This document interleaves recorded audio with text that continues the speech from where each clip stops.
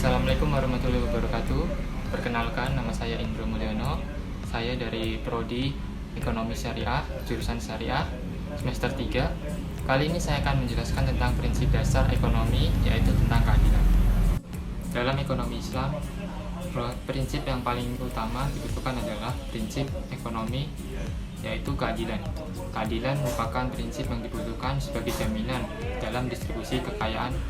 Dalam melakukan distribusi kekayaan ini, keadilan sangat diperlukan tanpa memandang hak maupun derajat yang dimiliki seseorang. Seperti halnya bisa dilihat dalam tafsir Ibnu Katsir dalam surah An-Nisa ayat 58. Di situ tertera terma keadilan.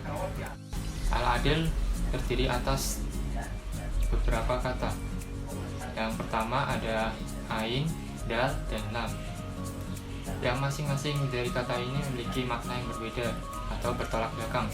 Yang pertama ada makna lurus dan sama, sedangkan yang kedua bengkok dan berbeda. Al-adil memiliki arti sebagai keadilan. Jadi, seseorang yang berperilaku adil adalah seseorang yang berjalan lurus serta menggunakan atau bersikap yang sama, menggunakan ukuran yang sama maupun ukuran ganda tanpa memandang adanya derajat maupun hak yang ada pada seseorang. Dari surah An-Nisa ayat 58 ini dijelaskan bahwa Allah Subhanahu wa taala memerintahkan dia untuk memberikan amanat-amanat kepada yang berhak menerimanya.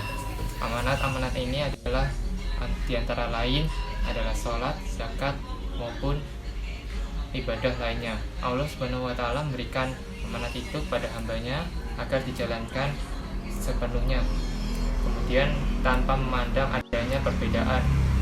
Dengan kata lain, bagi yang menjalankan ibadahnya maka akan mendapatkan derajat yang berbeda di mata Allah itu sendiri. Jadi bisa kita lihat bahwa prinsip keadilan ini sangat dibutuhkan dalam kegiatan ekonomi.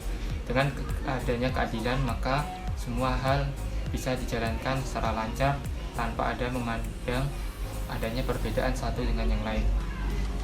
Oke, sekian penjelasan dari saya. Selanjutnya akan diteruskan oleh teman saya tentang materi saling tolong-menolong. B. Tolong menolong. Ideologi manusia terkait dengan kekayaan harta yang disimbolkan dengan uang terdiri dari dua kutub ekstrim. Yang pertama ada materialisme dan yang kedua ada spiritualisme. Materialisme sangat mengagungkan uang, tidak memperhitungkan Tuhan, dan menjadikan uang sebagai tujuan hidup sekaligus mempertuhankannya. Kemudian kutub lain adalah spiritualisme. Misalnya, Brahma Hindu, Buddha di Cina menolak limpahan uang, kesenangan, dan harta secara mutlak. Dalam tafsir Ibnu Katsir, wabtagi fima ata kaula hudda rola hiro wala tanasa tasibaka minat dunia, dan carilah apa yang telah dianugerahkan Allah kepadamu, kebahagiaan negeri akhirat, dan janganlah kamu melupakan bagianmu dari keselamatan dunia lain, yaitu gunakanlah apa yang telah dianugerahkan Allah kepadamu berupa harta yang melimpah dan kenikmatan yang panjang dalam berbuat taat kepada Rabb-Mu. Allah sebagai pencipta, pemilik, dan pengatur segala harta, menjadikan bumi, laut, sungai, hutan, dan lain merupakan amanah untuk manusia, bukan pemilik pribadi.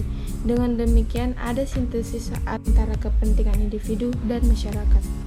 Hal ini berbeda sekali dengan sistem ekonomis dan kapitalis. Selain itu, terdapat hal-hal yang telah lazim dalam ekonomi Islam, seperti sedekah, baik yang wajib maupun anjuran. Sedekah pada dasarnya merupakan sebuah sistem yang berfungsi untuk menjamin distribusi pendapat dan kekayaan masyarakat secara lebih baik. Dengan kata lain, zakat merupakan salah satu instrumen dalam ajaran Islam untuk mengayomi masyarakat lemah dan sarana untuk berbagai rasa dalam suka maupun duka. Ekonomi Islam memandang bahwa uang harus berfungsi untuk memenuhi kebutuhan pokok sekunder dan penunjang dalam rangka mendapatkan ridha Allah secara individual dan komunal. Di samping itu juga, uang berfungsi untuk cobaan Allah apakah seseorang itu bersyukur atau fukur. Untuk cobaan Allah apakah seseorang itu yaitu bersyukur atau syukur. Berdasarkan pandangan di atas, mencari keuntungan atau akad komersil dengan berbagai aktivitas ekonomi adalah sesuatu yang terjadi dalam ajaran Islam. Akan tetapi, aktivitas ekonomi tersebut diharapkan memberi dampak positif bagi masyarakat dan tidak boleh ada yang terzalimi. Itulah penjelasan saya dan teman saya tadi. Bila ada kekurangan kata atau salah kata, mohon dimaafkan. Wabillahi taufiq wal hidayah. Wassalamualaikum warahmatullahi wabarakatuh.